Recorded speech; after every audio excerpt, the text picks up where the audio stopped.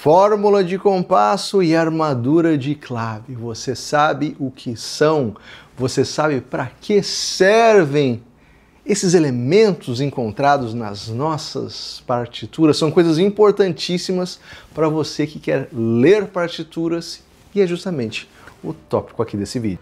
Olá, criador musical! Se você é novo por aqui, meu nome é Rafael Piccolotto de Lima, eu sou um compositor graduado, compositor doutor em composição, um arranjador com obras apresentadas por grandes orquestras ao redor do mundo, muitos artistas que talvez você conheça, um diretor musical, produtor e agora também um educador aqui neste universo online. Seja você muito bem-vindo. Um dos vídeos mais populares aqui do canal é um vídeo sobre leitura do zero, onde eu abordo uma série de questões teóricas que ajudam a entender e a melhorar a leitura musical. Um dos tópicos é justamente o tópico deste vídeo aqui de hoje. Resolvi pegar esses tópicos e desmembrar e aprofundar aqui para vocês do canal, inspirado por esse interesse que vocês me mostraram. E aqui eu estou falando sobre o compasso, a fórmula de compasso e depois a armadura de clave e tonalidade. Quando falamos sobre compasso e fórmula de compasso, nós estamos criando a nossa referência rítmica. Vou usar aqui uma fórmula de compasso das mais utilizadas, que é o 4 por 4. Não coloquei aqui a nossa clave porque não é o importante nesse momento, estamos falando sobre ritmo agora, compasso. Mas se nós temos 4 por 4, o que significa? Um número em cima e um número embaixo. Isso é uma fração? Não, não é uma fração. O número de baixo, ele mostra qual que é a figura base, a figura referência do nosso pulso.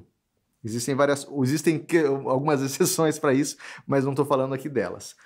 A figura de baixo é o pulso. No caso, o 4 simboliza a figura da nossa semínima. Coloquei aqui numa posição qualquer representativa. E o número de cima significa quantas dessa figura de baixo cabem dentro de um compasso. Ou seja, num compasso de 4 por 4, nós teríamos, vou usar aqui essa nota, se a gente tivesse numa clave de Sol, isso seria um Fá, eu vou fazer 4 Fás seguidos aqui, ou seja, esse seria o nosso compasso. Nós temos 4 notas deste valor simbolizando o tempo em questão. Se o tempo aqui, tac, tac, seria Fá, Fá, Fá, Fá, e acabamos o compasso. Para entendimento de compasso, nós temos essa questão da leitura da fórmula de compasso, que são esses números que geralmente aparecem no começo da partitura, e depois nós temos as marcações de compasso, que são como referências para a gente ver aonde estão esses compassos, né? E geralmente os compassos têm uma outra questão mais filosófica em relação à música importante, porque a música ela é dividida em compassos, geralmente figuras rítmicas, a quadratura, ou seja, a forma da música, é baseada na organização desses compassos, um assunto que a gente pode levar para um outro vídeo. Mas por hora aqui, importante para vocês entenderem essa questão do número de cima e do número de baixo, o que eles significam nessa nomenclatura relacionada à fórmula de compasso, e depois o compasso, que ao final do compasso sempre temos essas barras aqui. Olha aqui, essa barra aqui seria uma barra de final de compasso. Então, por exemplo, se a gente tivesse... Eu vou escrever ritmos aqui aleatórios, só para vocês terem uma noção, agora que vocês já entenderam a ideia do ritmo, né?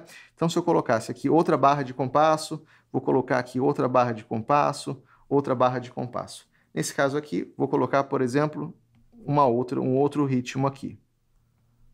Ponto. Aqui nós vamos colocar um outro ritmo.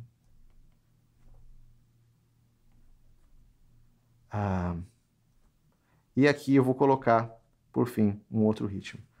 Ou seja, nós temos aqui 4 compassos, cada um com um ritmo diferente e todos têm a mesma duração. Todos eles têm 4 tempos, né? E dentro, a divisão destes tempos é diferente para cada um deles. Vamos pegar aqui agora uns outros exemplos de possíveis compassos, por exemplo, com outros números diferentes. Se eu colocasse, por exemplo, esse aqui, um pouco menos usual, mas também existente 6 por 8, ou seja, o número de baixo dita qual que é a nota base, a figura base do ritmo, que no caso o 8 significa a colcheia, e a nota de cima significam que tem 6, ou seja, o nosso compasso teriam 1, 2, 3 figuras mais 3 figuras, são 6 figuras aqui de colcheia, que se fosse no andamento lento seria 1, 2, 3, 4, 5, 6. 1, 2, 3, 4, 5, 6. E muitas vezes também é utilizado no andamento mais rápido, onde a gente sente o pulso em agrupamentos de 3. 1, 2, 3, 4, 5, 6. 1, 2, 3, 4, 5, 6. Ou seja, nós temos essa figura aqui, a de baixo, dando a subdivisão, né, a divisão em si do pulso, que seria 1, 2, 3, 4, 5, 6. E o número de cima, o número de figuras, que o número deste valor específico, que no caso é colcheia, cabem dentro de um compasso.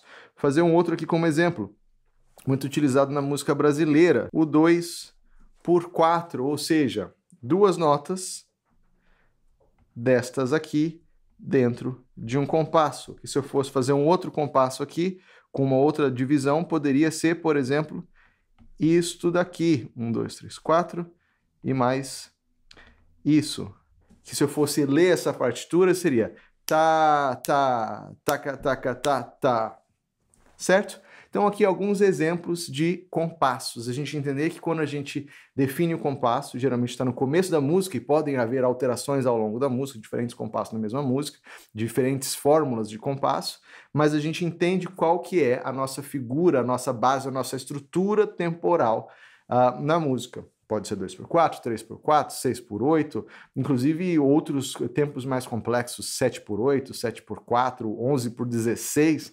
Tem gente fazendo várias loucuras de ritmos diferentes. Mas os mais comuns acabam sendo 4 por 4, 2 por 4, 3 por 4 seria geralmente uma valsa. Enfim, entendemos aqui a noção de compasso. E agora pensar a questão de armadura de clave, que é outro elemento que aparece no começo da partitura, que nos dá a referência da tonalidade que estamos de como ler essas partituras. Se a gente pega, por exemplo, uma partitura que está assim, e a gente tem, vamos dizer que seja um 2 por 4, e a gente tem aqui um Dó, Ré, Mi.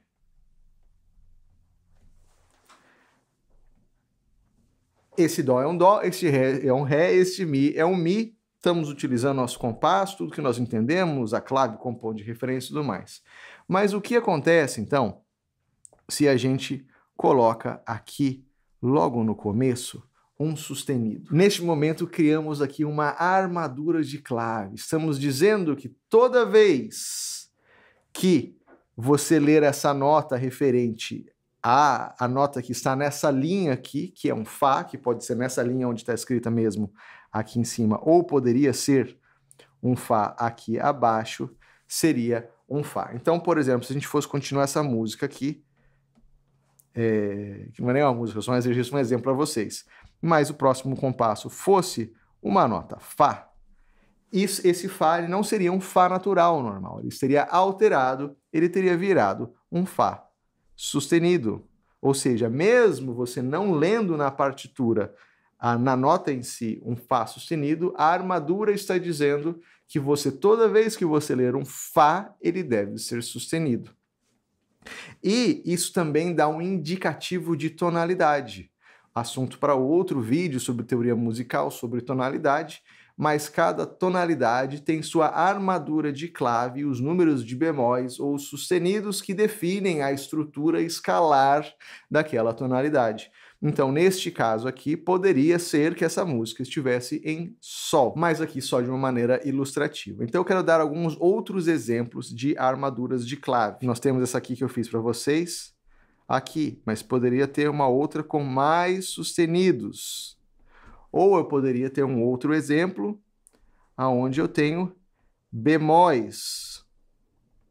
E existe toda uma regra da maneira como esses bemóis sustenidos são colocados, não é uma coisa randômica, não é que eu coloco em qualquer lugar. Existe uma teoria toda sobre os ciclos de quintas, os campos harmônicos e tudo mais, que dizem como que são colocados esses bemóis sustenidos e como que isso reflete na tonalidade, que é tema para um outro vídeo. Por hora, aqui estamos tendo essa introdução sobre leitura de partitura, só entender que existe esse elemento, a armadura de clave, e entender que nós temos que observar ele para termos temos como referência a leitura da partitura. Como eu mencionei no começo do vídeo, este vídeo aqui é parte de uma aula maior sobre leitura musical. Já deixei ela disponível para você, facinho de clicar aqui mesmo na sua tela. Também, se você quiser saber mais informações sobre o meu ensino online, sobre o meu trabalho enquanto artista, dá uma olhadinha no meu website e nos links aqui na descrição desse vídeo. Até breve!